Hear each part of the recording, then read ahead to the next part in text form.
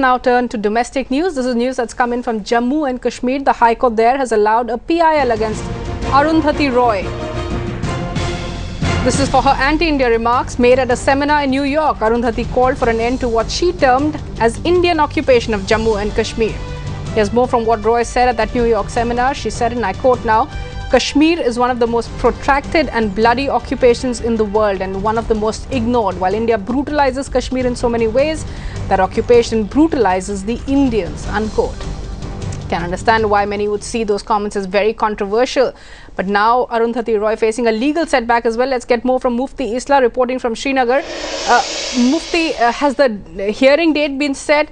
Will Arundhati be required to be present in person? And also, what does the PIL actually entail, the contents of the PIL? Well, what we're learning from is that 3 Kashmiri Pandits perhaps taking recourse to what Arundhati Roy had said in New York, wherein she had said that people in Jammu and Kashmir should be given the option of self-determination, and also the military should be evicted from that place so that people have the right to choose their own destiny. Now, this is a case which has come up in the Jammu High Court, in fact the High Court, and these 3 people have sought that Arundhati is guilty of commission of offence of sedition and she be made liable to be punished under 153A, Section 505 of Indian Penal Code and Jammu Penal Code.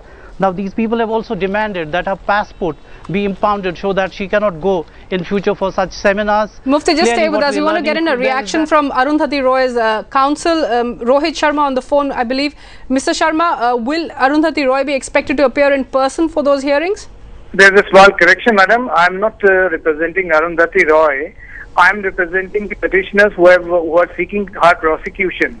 Second correction is that I am Rohit Kapoor, and who has filed the petition on behalf of the petitioners. And in her petition, she is, a statement which she made in New York on this has been reproduced. She claims that Indian troops are continuing repression in Jammu and Kashmir. Hello? Go ahead, sir. Yeah. And she again said that Roy told the Americans that Kashmir was not an integral part of India, as New Delhi claims. She reiterated that Kashmir was never part of India historically.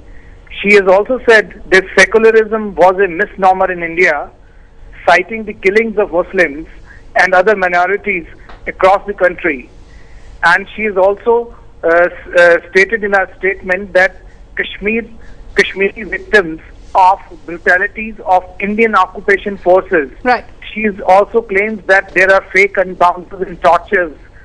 She says that she is attributed the apathy towards Kashmir, especially in the Western world, to the pursuit of commercial interests in India, where they were more eager to sell their goods than human rights. All right. So this is in essence the petition, and the petitioners are claiming that she be prosecuted for commission of various offences like sedition, and her passport, which is issued by the Ministry of Foreign Affairs, be revoked immediately, and they are seeking the internal relief also for immediate impounding of her passport.